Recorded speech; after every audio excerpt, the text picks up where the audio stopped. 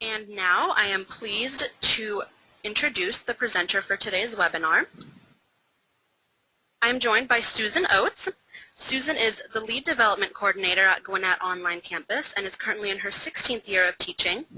Susan first moved into the online environment as a developer, but her love for developing creative strategies to teach children led her to become a teacher at one of the nation's first online middle school programs.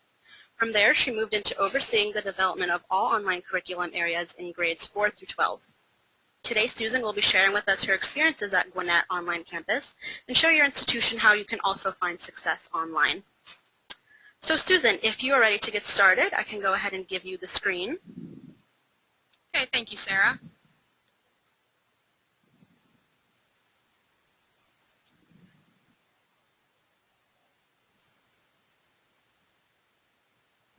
Welcome, guys. I'm glad to be with you today. Again, as Sarah mentioned, I am the Lead Development Coordinator for Gwinnett Online Campus, where we do offer a unique alternative for Gwinnett County Public School students. I know we have individuals joining us kind of from all over the nation, so I do want to just kind of share quickly with you where we are, where we're located. Gwinnett County is located just outside of Atlanta, Georgia. We're nearly 30 miles northeast of Atlanta. If you look at the map there, you can see our county is the big county there in red. It is the second most populated county in the state after Fulton County, and Fulton County is home to our state capital, Atlanta. Our county is both diverse racially and socioeconomically, and we are home to numerous businesses, sporting events, and restaurants.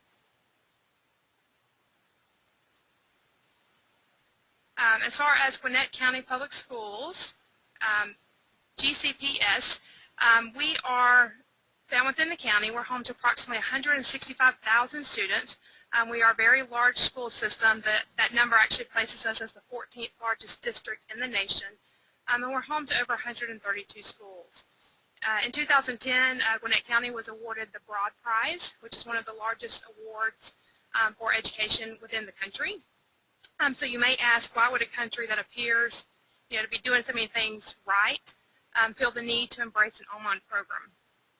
And so I'm going to share with you why in Gwinnett we began to move to an online education. In Gwinnett County, we've actually had some form of an online education since the late 1990s.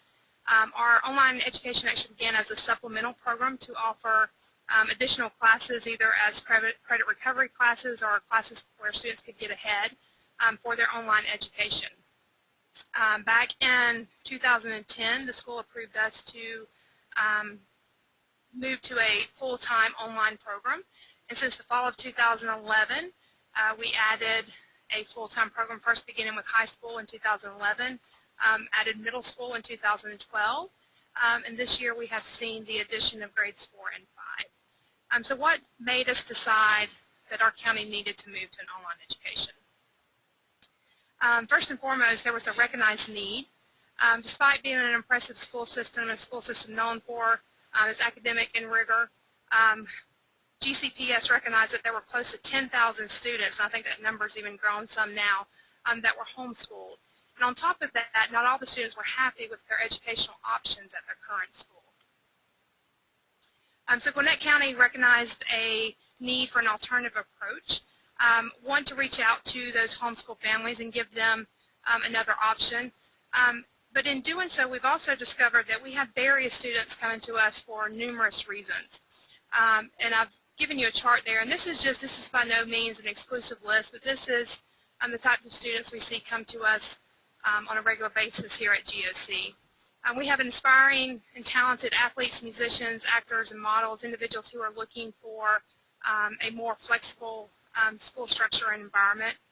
We've had many medically fragile students, and that ranges anywhere from students with severe allergies to students who may find themselves often in a hospital environment. Individuals that are looking to get ahead and work at their own pace, and even individuals that are looking to recover certain classes that they may have failed. Students with social phobias or awkwardness. We have a large population of Asperger's students who tend to do quite well in an online environment. They don't care so much for the social, but they do well in the online environment. The homeschool child, as we've mentioned. Individuals that are inspired just by the use of technology. We know that the students these days are embraced by technology. Students that are needing to work part-time, either to help with supporting of their family or that just want to put back some money to begin to save for their future. We have some students whose families travel with work, and this allows these students to be able to travel with their mom or dad or the entire family as they move back and forth with their job assignments. Probably one of the biggest surprises, at least to me, when I first began teaching, and I would ask students, why did you choose the online environment? I was surprised at the number of students that would reply with the answer that they had been bullied in schools. And then finally, we've seen some young entrepreneurs who are highly creative and ingenious and have started their own businesses, and the more flexible schedule allows them to do just that.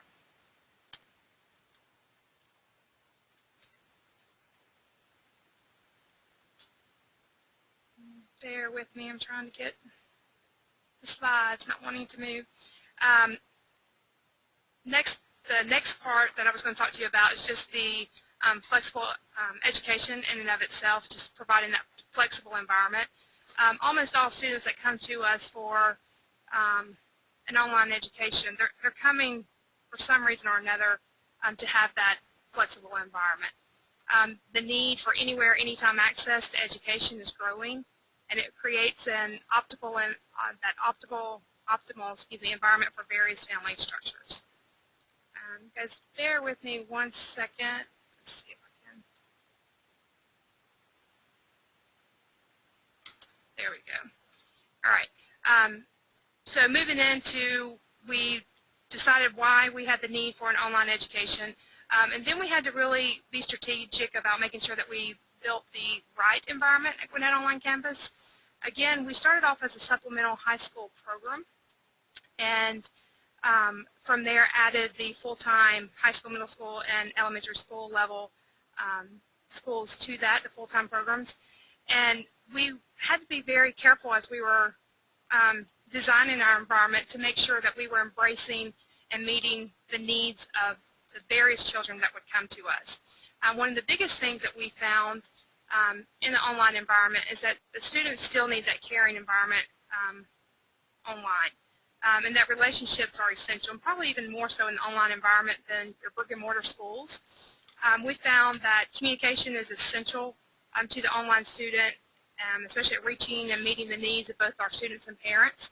As a result of not having that daily face-to-face interaction, communication becomes crucial in the online environment.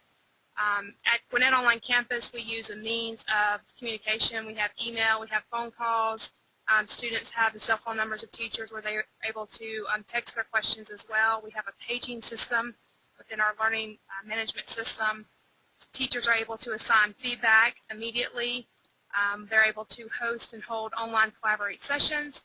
And then we also have a system where we can post news announcements for students to see. So with this constant communication with students and parents, teachers are continually working to build that trusting relationship. Next is a flexible environment. The majority of students enrolled in online schools tend to have a more flexible environment and schedule. They have that need for that flexible environment. Trying to maintain that perfect balance of flexibility and responsibility is an ongoing discussion at Gwinnett Online Campus. We want to offer students the flexibility they seek while still ensuring that we are teaching them to be responsible citizens. This has probably been one of the biggest struggles for our campus, is just trying to find that perfect balance between flexibility and responsibility. And one of the things that we have evolved into, and one of the systems that we have in place now, is that we do have daily due dates at every level. We have daily due dates, but we do extend and take assignments up through the weekend without penalty. And so that students see that daily due date. We encourage them to turn things in daily, but then they do have through the weekend to turn in those assignments. After that point, things are kind of late, and points do begin to be deducted. Now at the high school level, that is not the case. At the high school level, instead of having that extended due date, we encourage high school students to work ahead. They have all the resources and materials and lessons already in front of them. And so we encourage individuals like our athletes or our musicians or individuals that know they're going to have a performance or an athletic event ahead of time to go ahead and be working through those lessons. The other thing that we have found at Gwinnett Online Campus is just that whole engaging environment piece. Students must be kept engaged in an online environment or they will not continue to work. Curriculum in an online environment must be engaging, and often, and those of you who especially teach in an online environment, you probably see this as one of your issues as well, but we have students come to us all the time that think an online environment is going to be easy and that the instruction is going to be easier, and that is not the case, especially here at GOC. We are part of Gwinnett County Public Schools, which is a very rigorous county, a county that's known for their high academics. And as a result, we maintain that same rigor and meet those same expectations here at Online Campus. So that's sometimes a shock to some of the students who come into an online environment thinking things are going to be easy.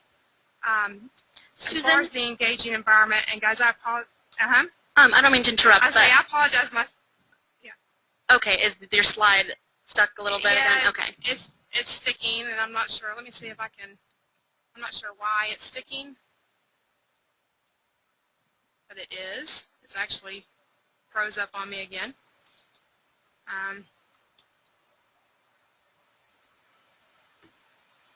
Okay, there we go. That's okay. Okay, sorry, I didn't mean to interrupt. No, it's fine. It's for some reason not wanting to cooperate. So again, what we're looking at here is for that engaging environment piece. We are using and creating unique lessons that our institution has developed from scratch. We do not use textbooks. We do not use prepackaged software. Every lesson that we have has actually been created by teachers that were hired within our county to write daily lesson plans from scratch. We're using SoftChalk to write those lessons and deliver our lessons, and then we upload those lessons to our learning management system. As a result, our campus has created an environment of unique and personalized instruction, and each of our lessons is highly interactive, engaging to students. We're using the latest technology and various Web 2.0 tools and software. We also have a blended environment, and this has not always been the case. Starting out as a supplemental program, we were not using a blended environment. As we moved into a full-time environment, especially with the addition of the middle school and elementary school students, we did a lot of research and discovered that a lot of schools that had tried to implement elementary and middle school education online education had failed, and a lot of that was because students were still in need of that face-to-face interaction. So what we have done at Gwinnett Online Campus is we have moved to more of a blended environment. A blended atmosphere provides the students with the best of both worlds. Our students at GOC are encouraged to attend weekly sessions. At the elementary and middle school level, that equates to twice a week. We ask the students to come in twice a week. For our high schoolers, they come in once a week. And when students are not able to attend physically these class sessions, we do encourage them to participate from home. Our campus is a very uniquely designed campus. We have numerous interactive labs throughout our school. And in these interactive labs, students are actually able to communicate with students. The students who are at home are able to communicate with the students in class, and they're able to interact and feel a part of what their peers are doing and what is happening in the class.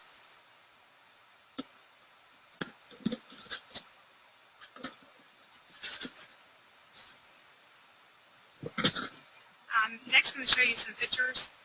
Again, if I can get the slides, there we go.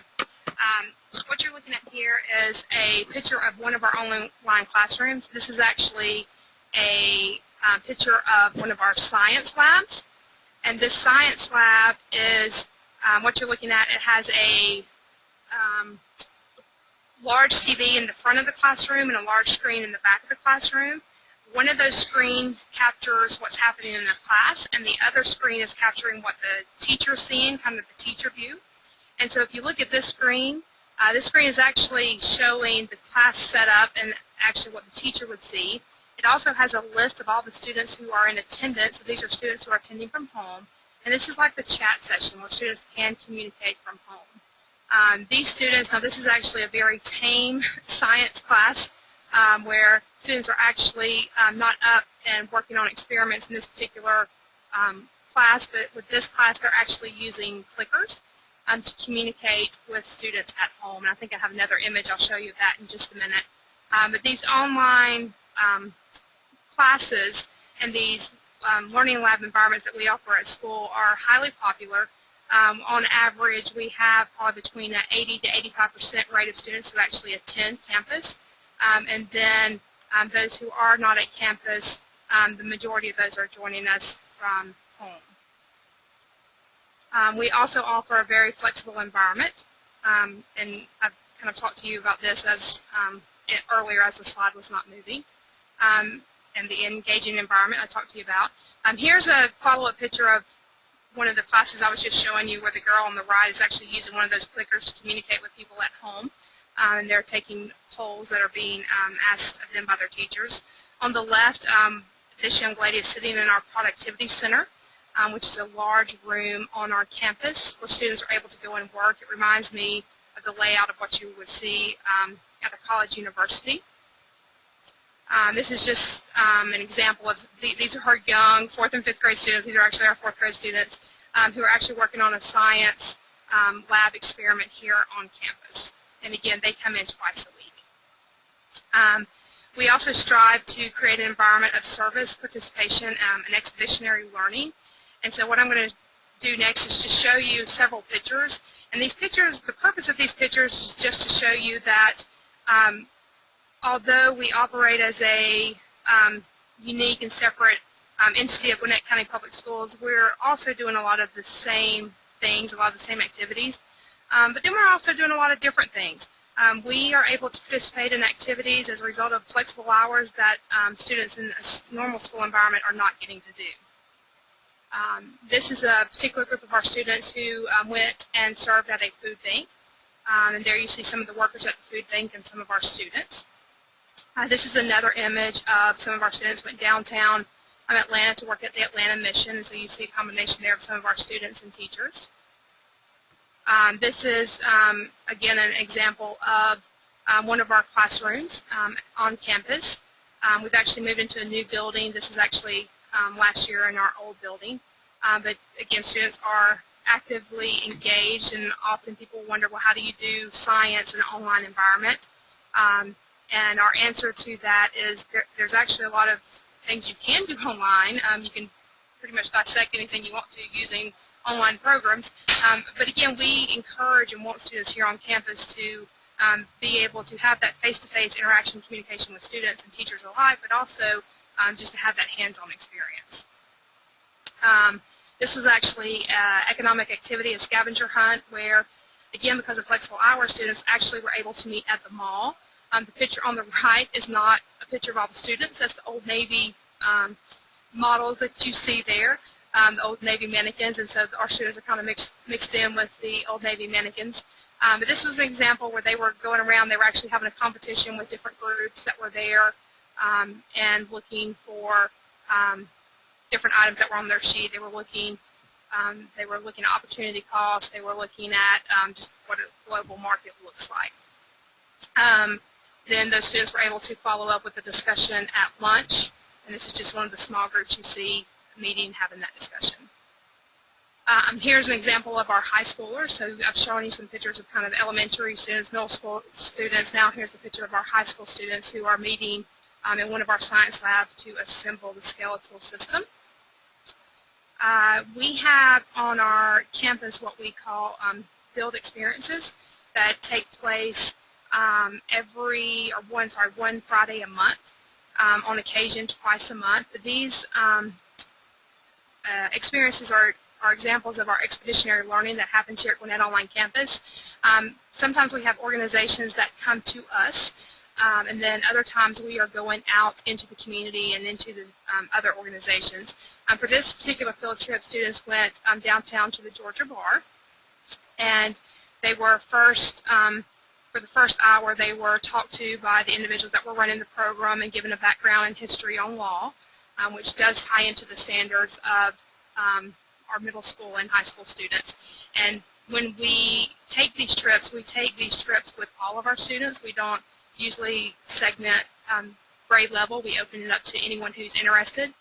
And what you're seeing here on the left is actually one of our teachers who's acting as the judge.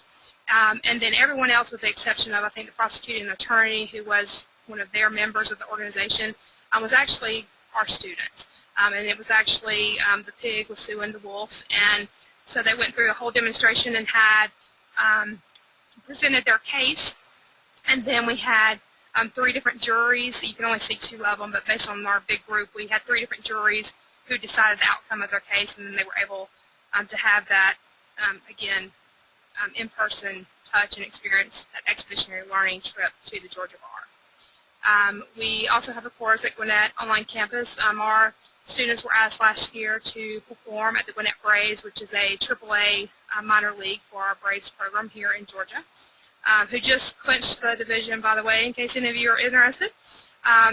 So this was actually before the game. This is a group of our students warming up. We have fall socials.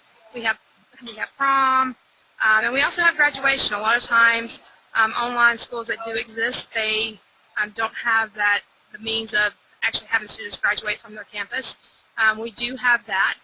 The picture on the right is actually our very first group of students that graduated 2 years ago. And we have seen those numbers grow each year. And we will be in our 3rd year of graduation for our seniors this spring. So part 3. Just exploring the content, how we went about creating our content. We set out to be very unique, intentional, and very specific with our design. And what you're looking at here is actually our learning management system. And we use Desire to Learn. Those of you who are familiar with Desire to Learn, this probably doesn't look like the Desire to Learn that you've seen. We actually, again, talking about being unique and intentional and specific, we really sat down and thought about, okay, these are going to be younger students. This is elementary age students, middle age students. It's not your high school for this particular course. This is not your high school students or your post-secondary. This needs to look different for these students. And as a result, we went about and made a lot of changes to the learning management system. We actually went out and had people hire people to create pixel images for us. Each of us actually have, and this is actually my image. What you're looking at here, this is my pixel image that was created by the company that we hired. What you're looking at here with this particular course, this is a elementary math school course. If you notice, it greets me. It says, "Welcome to your GOC math class, Susan." And it would do that for any student who logs in. I'm going to greet them with that personal touch. If you scroll down, like here you see a picture of the teacher. If you scroll up, this is that teacher's pixel image, and you can see the resemblance, and that was actually something that we had done to personalize our instruction. You see a lot of color, you see a lot of graphics, and again, you're going to find this at our elementary and middle school level, and that's not the case at high school. High school is much more streamlined. And we found that high school doesn't care for all the bells and whistles. They want things more straightforward. And so we did have made changes because we do serve students grades 4 through 12. We also have a very uniform and structured approach. And again, this came about with trial and error. By no means I want you to think we have the perfect campus. I don't believe there's any such thing as a perfect school, and we're constantly evolving, constantly changing. And one of the things that we learned through the addition of our middle school and elementary additions, we learned that our high school courses, which again have been built as supplemental programs, didn't have any uniformity or structure to them. It had kind of been left up to the teacher, so every teacher's layout of their lesson looked different. The navigation tools throughout their lesson was different. Some teachers may have had lessons that were 30 pages. Other teachers have lessons that were 2 pages. So we went to a much more unified approach.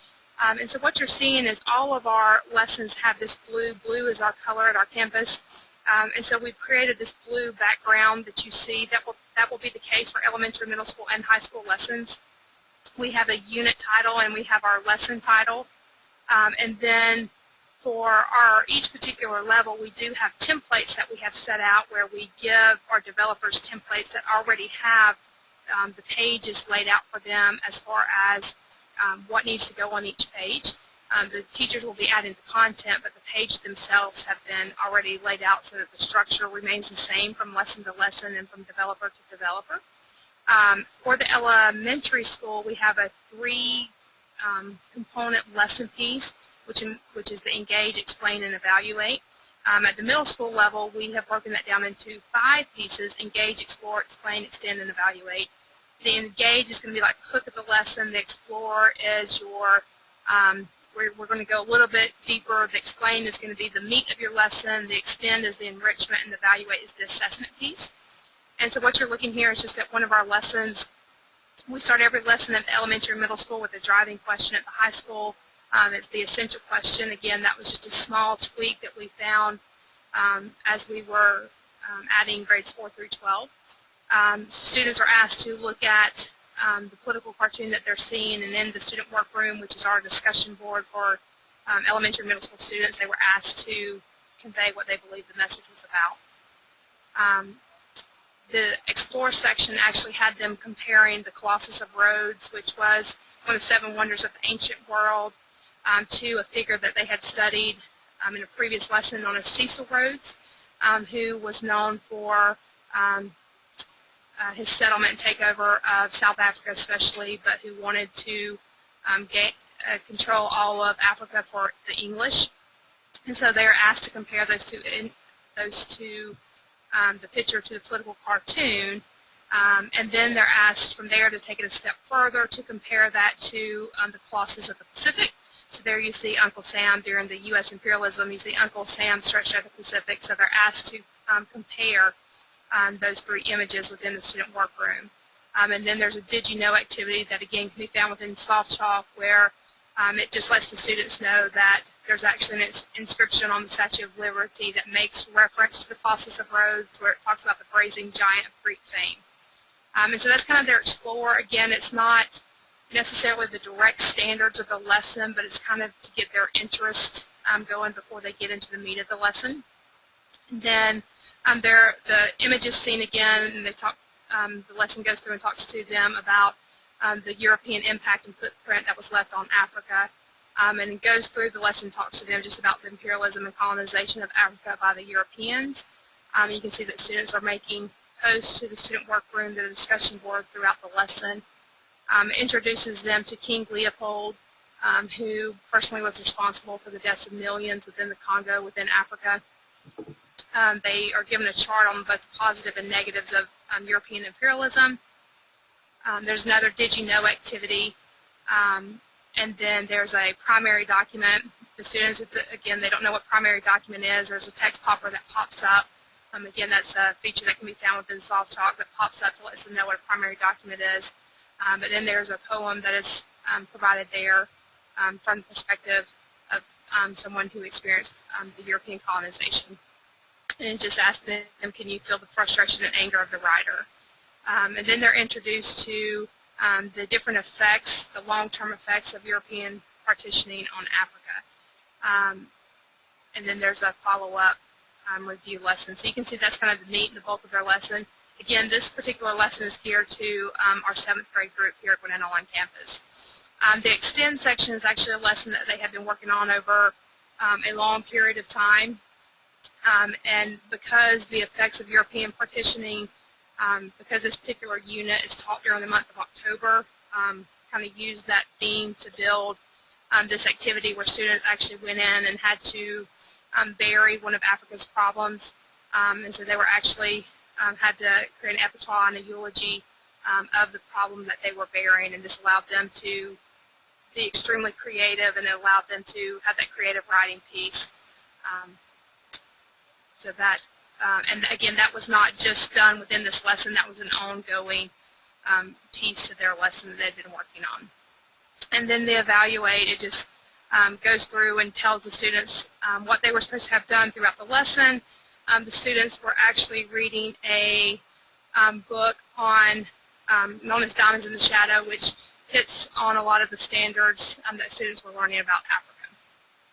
And so what you're seeing there is a middle school lesson. So again, you can see the intentionality, you can see the uniqueness of each lesson in that this was created by teachers for the students, particularly in our campus. It does address and meet all the standards, but it also does it in interactive and engaging ways. The next thing that's there is just talking to you that we strive to make sure that all of our lessons are visually appealing, that they're engaging, and they're interactive while also being academically sound. Again, we stick to all of the state standards, our county standards, and also uphold to the rigor of our county.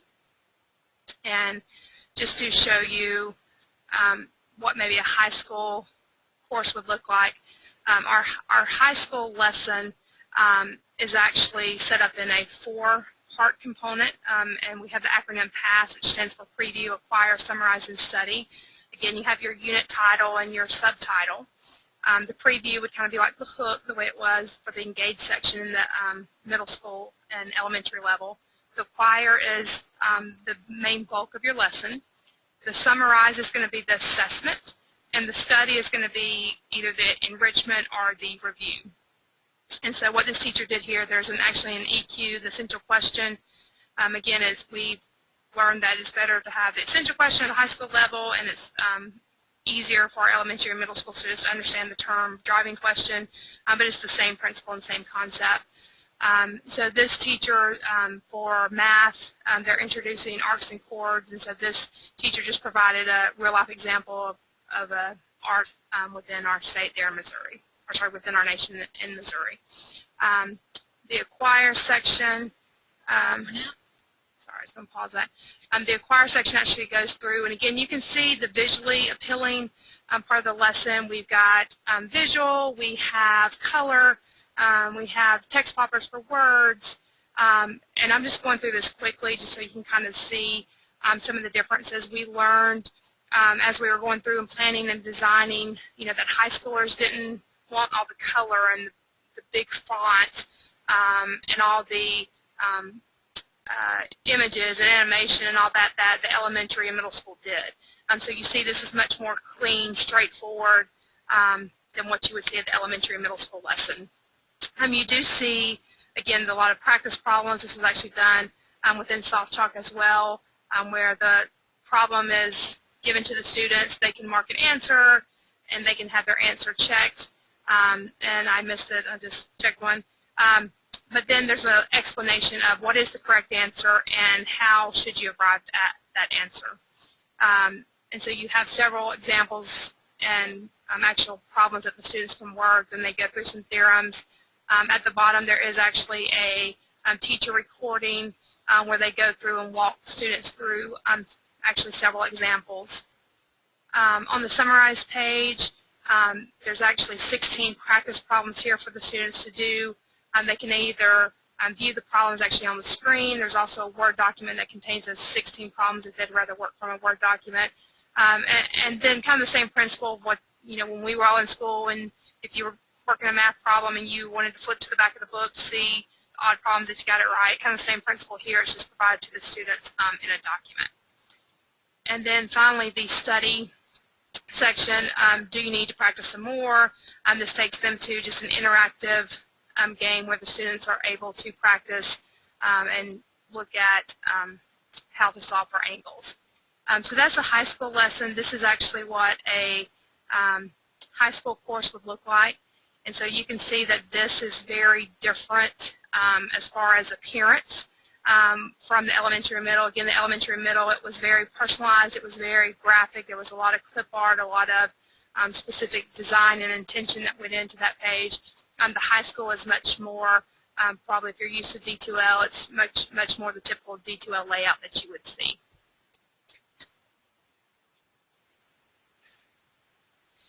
Challenges and misconceptions. Again, we are continuing to grow and change at Gwinnett Online Campus. Some of the challenges and misconceptions that are out there regarding online education is one, it's not for everyone. And regardless of how much you try to stress this, you still have students attending for the wrong reasons. But our campus is designed as an alternative approach to provide a different opportunity for those students that are seeking such an opportunity. And GOC is committed to meeting the needs of our various students and meeting them where they are. We have various certifications of teachers here. We have teachers who are gifted certified. We have special ed teachers and special ed coordinators. So we have teachers to meet the needs of all of our students. However, at times we still have to sit down with parents, and we have regular parent conferences and student conferences.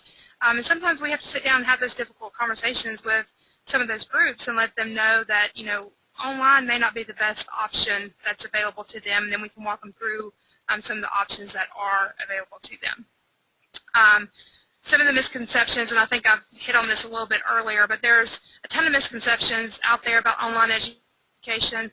I think we're at that age now where a lot of the parents of our current students were some of those that were taking those first and early online education programs and classes, and they were structured differently than what online education looks like and how it's evolved currently.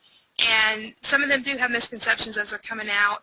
There's misconceptions as a whole in our local environment, and I know on a national and global environment as well. And so at GOC, we're continually trying to educate the public on what an education looks like, especially here at Gwinnett Online Campus, and what it doesn't look like. Gwinnett Online Campus understands, you know, we understand that we're pioneers in what we're doing, and that we try to just communicate effectively with the general public to help alleviate some of the misconceptions that do exist. We know that this is going to take time, and it's something that we continue to do. We actually have a person on staff whose job is pure media relations, whose job is to get out into the community and just get the word out about, you know, what an online education looks like, and particularly here at Gwinnett Online Campus. As far as challenges, change is essential in an online environment. Change is essential to any school, especially in an online environment where things continue to evolve and change so quickly. We are continually doing research, and just through trial and error, we continue to strive to make GOC just the best online school in the nation. We have a great campus, we have great administration, and through that we're able to embrace change and flexible enough that we're able to implement change immediately when needed. And a lot of times change is very slow to happen and occur in a lot of your brick and mortar buildings. But in the online environment, we're able to adjust and make changes as needed, and we feel that really does help set us apart from our peers. Sarah, I'm going to turn it back over to you at this point, and just if you want to talk, I know people have been sending in questions, so I'll turn it back over to you. Sure, we do have a couple of questions actually. Rob asks, what percentage of students fall, what is the biggest percentage of students, or which one of the categories, I guess, has the biggest percentage of students out of the categories you listed earlier of the types of students that Gwinnett has? I would say the biggest percentage at this point is probably our homeschool population. And when I say homeschool population, that to us that includes students who have tried other online environments. We are a very unique school in that when it comes to middle school and elementary education, there's not any other campuses in the state, and I think very few anywhere in the nation, that offer online education to students so young. But there are places that offer classes or different types of programs, and so some of those students who are technically homeschooled have been through some online education. And again, even students who are coming to us who've had that online education aren't used to the rigor that are in our lessons, and so we really have to just have those kind of honest conversations with students and parents alike as to what our expectations are here at GOC and what our lessons are actually going to look like. But I would say probably our largest group is that what would have been the homeschool child. Okay, great. We do have another question from Marie. You had mentioned that students can text their teachers. So she asks, has that been a quality of life issue for teachers? Are they ever off duty? Yeah, our teachers set parameters, and those parameters are set. We usually set our teachers set office hours, and that varies per teacher. I was always a teacher who was up kind of working late at night, and so I didn't mind after I had put my kids down having some of those conversations. Other teachers, don't like to have those conversations at night, so that is something that we allow teachers to set. And we do tell our students in advance that we will, if we do not answer, leave a message, and we will get back to you within a 24-hour period, so that we have that kind of grace period. And parents know that too, that if a teacher's not able to get back to you immediately, just know that there will be that communication that's happening within the next 24 hours. But we do set office hours, and as long as those are kind of published and the parents and students both are made aware of those, then we don't have any problems with quality of life. And Anna asks, do students not in the region have free access, and do students using the current program access the program for free? Okay. I think I'm understanding the question, and the way it works in Gwinnett County is that any student, grades 4 through 12, who lives within the county is able to attend our school for free. It is not offered to anyone outside the county, so if a child living in a bordering county wanted to attend Gwinnett Online Campus, they would not be able to do that. Okay. Yeah, I think that does answer the question. And then Anna also asks, how do you measure the success of the program? I think we have been highly successful. We are seeing growth in all of our areas. We are getting tons of positive feedback. We have we've had a lot of media and a lot of attention that's on our campus because we are so unique and so different. But to me, personally, I think that the personal communication and touches and interaction that we're having with students students and parents alike, to me, is our greatest success. In that, in a typical online environment, and especially online environments within our state and others that we're aware of, a lot of times it can be very impersonal in that one teacher may be overseeing hundreds of students and they just don't have the time to have that personal connection. And we feel that's one of the things that makes us very unique and very different, is that we truly do have that caring and nurturing environment, and we truly do have that environment where there is constant communication. And so I think, if you were to talk to our students or our parents, that they are all very happy. We do have students that withdraw from Gwinnett Online Campus. We never have students withdraw because it's always one of the questions we ask when they leave is, why are you leaving? Do you mind sharing with us? And it's never a question of the quality of our lessons. It's never a question of the quality of our environment or the quality of our teachers or our instructions. It ends up being either, the online environment is possibly too difficult for the child, or families end up moving, or one of the biggest is that, students may miss their friends that they had. We try to have the kids, kids who come in and struggle, we try to tell them, give it enough time so that you're able to get into the learning labs and meet some of the students, go on a few of the field experiences, because when they do that and they truly have that time to get involved and begin to communicate and begin to know their peers and their teachers, they all leave very happy. So that's what I would say as far as success. Yeah, that sounds successful to me. Rob asks, how many graduates are expected over the next 2 to 5 years, and how much growth do you expect also? And Rob, I'm going to give estimates because I'm not sure that I know exact numbers. I think our first graduating class had 12 high school seniors. I think last year, it was in the mid-20s. And so just from the first to second year, we did see it doubled. As far as long term, we do expect it to continue to grow. We have a lot of students who were attending maybe as supplemental students who began to kind of get a taste for the online environment. Once they had a taste for that online environment, have switched to us full time. So we do expect those numbers to continue to grow. As far as expected numbers or a prediction, I don't know that I really can guess or have an estimate on that. And sort of piggybacking off of that, what is the retention rate? And do you know sort of how it's broken down by the different levels, by elementary, middle, high school levels?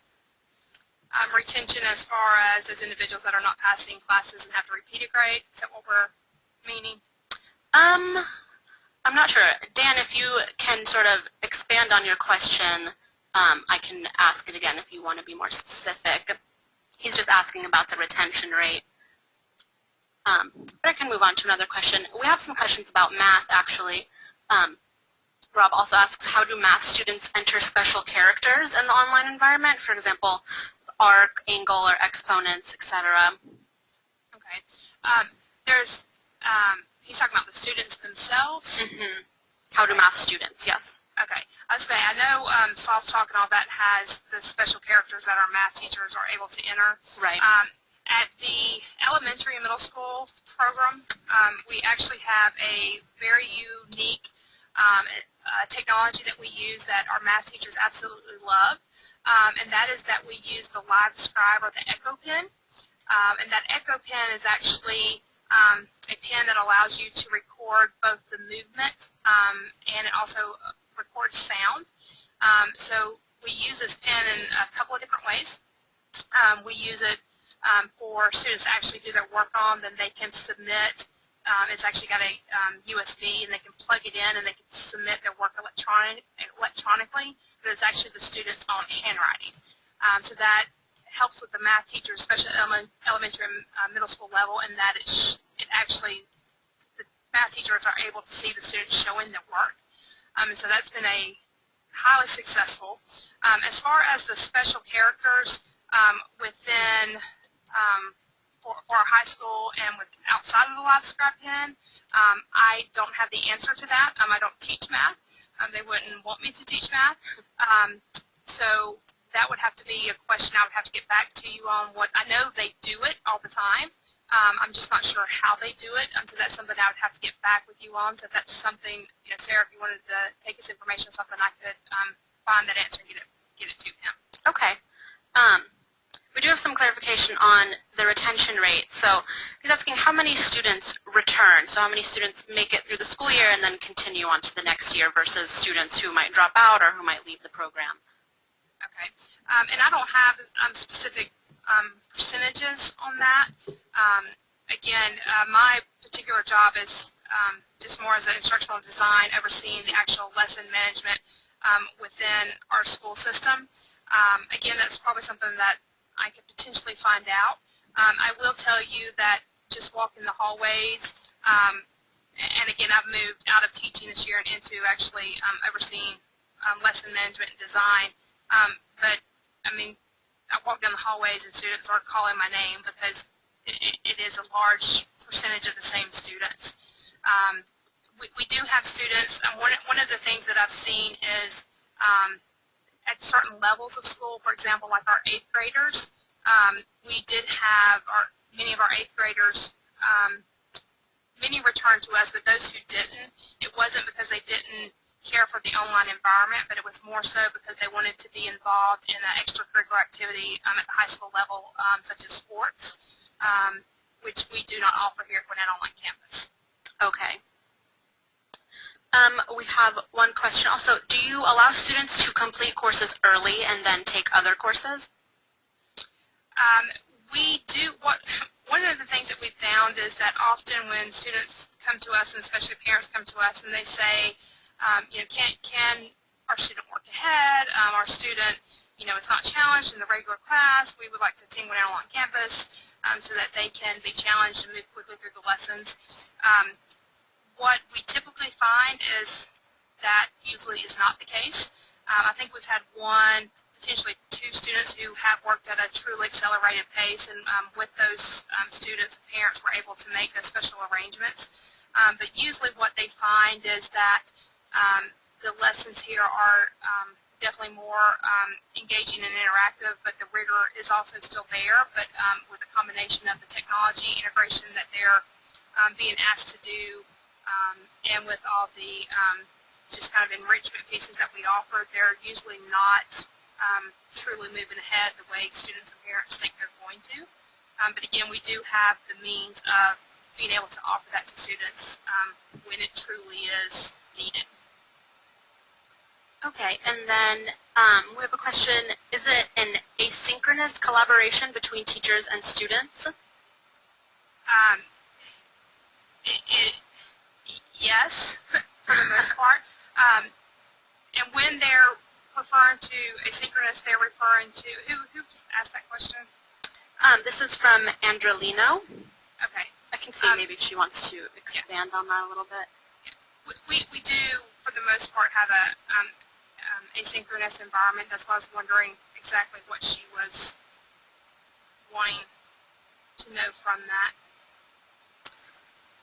I can see if she expands on the question. We can just move on to another question.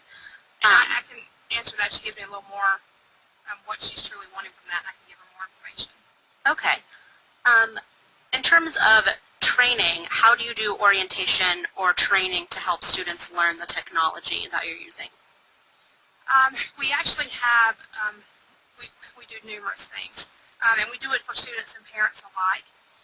The very first thing that we do is we have an open house 3-day session at the beginning of every semester.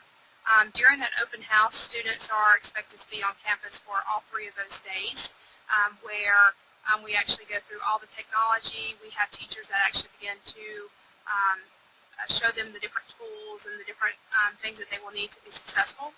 We also have parents come in on one of those days and go through the same thing with parents. Then on the very first day of class, all students are actually on campus.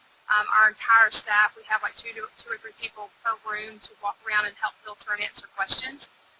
And again, that is something that we have added since we have started.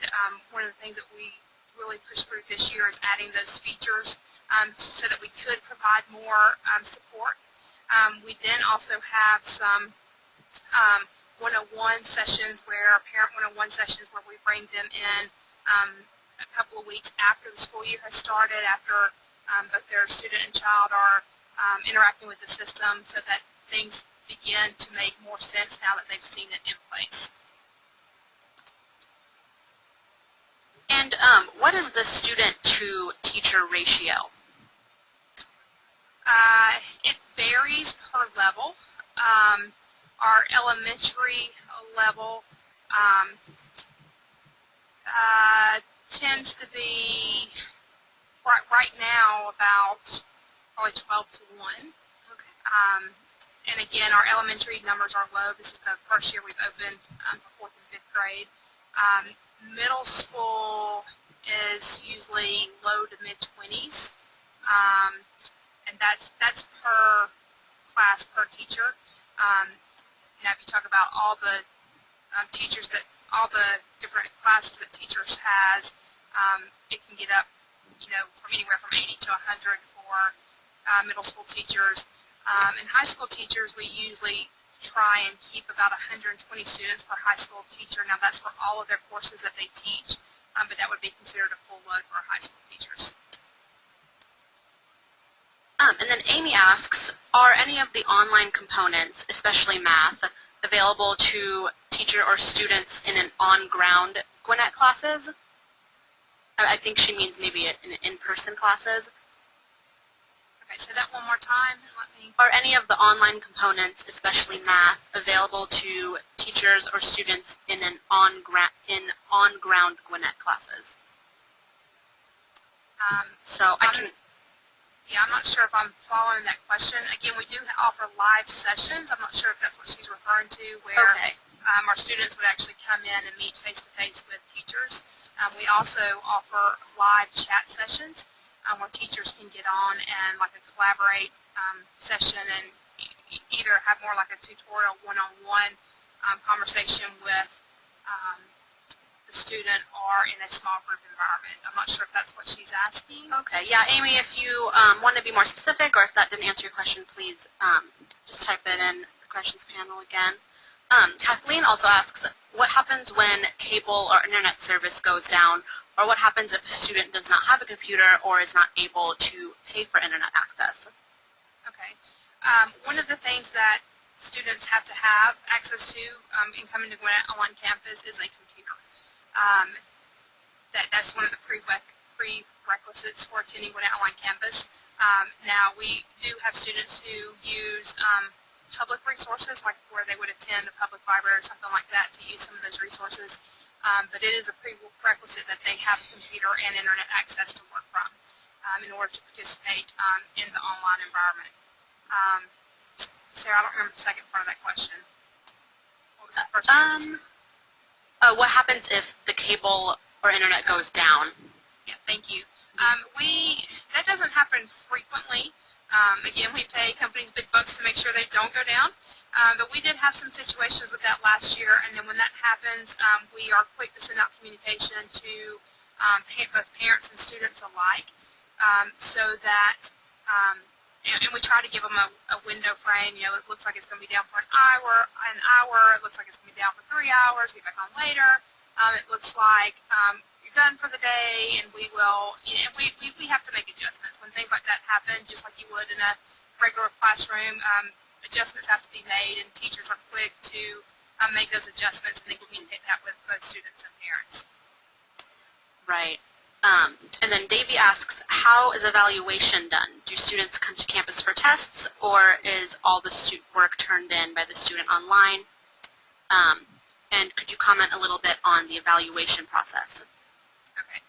As far as evaluation, it depends on the type of testing. If it's a standardized test, all county and state standardized tests students are required to be on campus for. We try to, in the beginning of the year, give them that calendar so they can make sure to make arrangements so they can be here on those days. Because that will change the environment of those students who need that flexible, kind of flexible piece. It does change their typical daily structure when they might be on campus, so we try to get that to them in advance.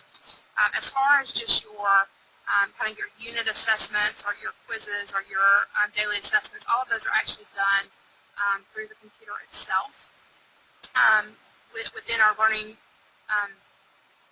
management system, we have regulations of where you can set time limits, you can vary the order of the questions or the answers.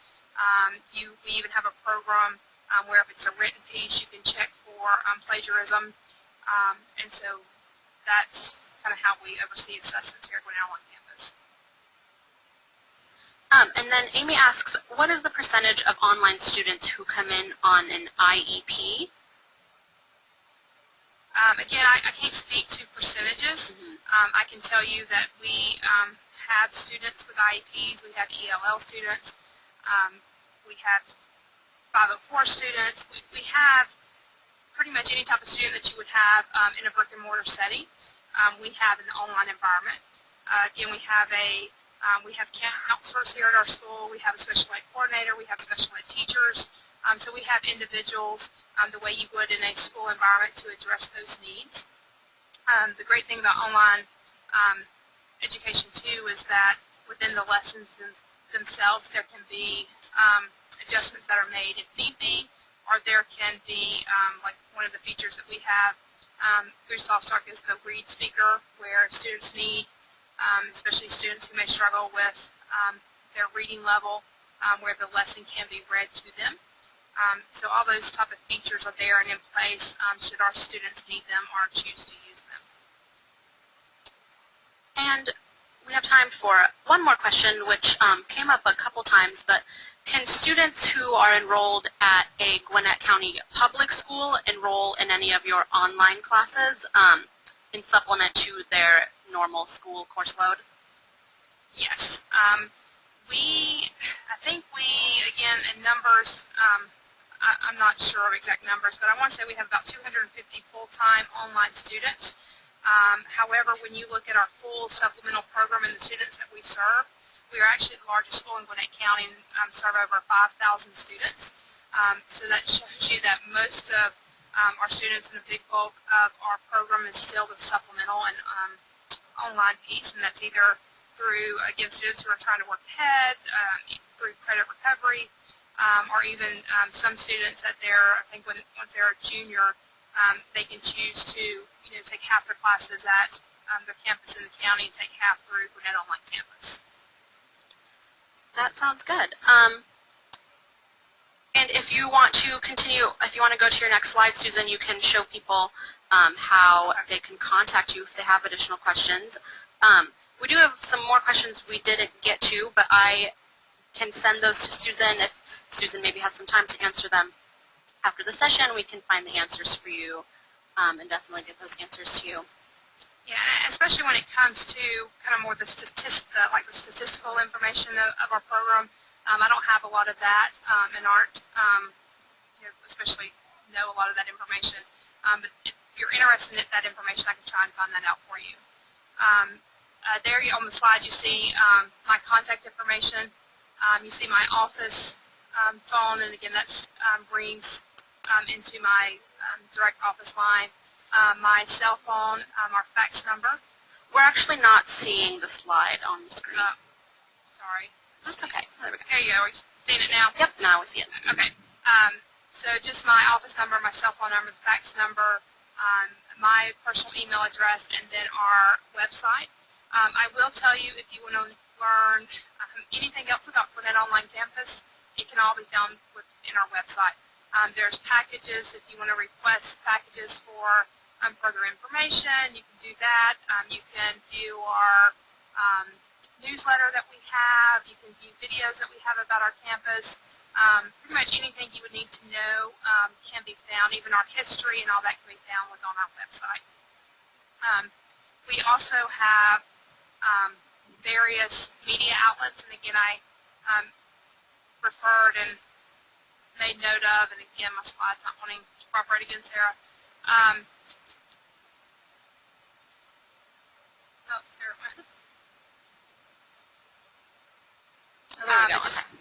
Various media outlets that we have. We have a Twitter account, we have a Facebook account. The Chatter GOC is actually our ongoing newsletter that we have for Gwinnett Online Campus. We have a Pinterest account, we have an Instagram account. The Instagram account is probably our newest social media connection that we have, and we really created that mostly. That's not something that we do preview it and make sure what's being posted on there is acceptable, but that's more of an outlet for our students as they go on these field experiences and participate in prom and our fall social and things like that. It just kind of gives them an outlet where they can share their pictures and photos with us. Great. Well, Susan, thank you so much for your presentation. I'm going to go ahead and take the screen back. Okay.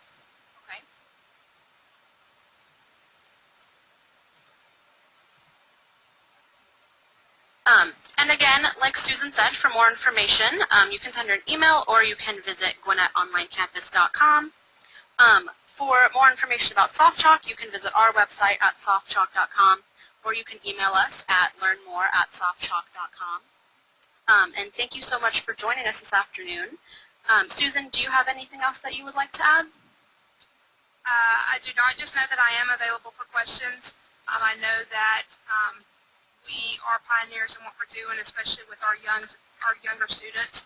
So I'm constantly having people ask questions. Again, several of you had questions I didn't know the answer to. I'm more than happy to try and find those out for you. Again, if you have questions about the actual design of lessons or the implementation of lessons, I can definitely probably help you with that. Otherwise, just shoot me the questions and I can try and find out answers for you. That sounds great. Well, thank you so much again, Susan, and thank you everyone for joining us this afternoon. I hope everyone has a great day. Thank you, Sarah.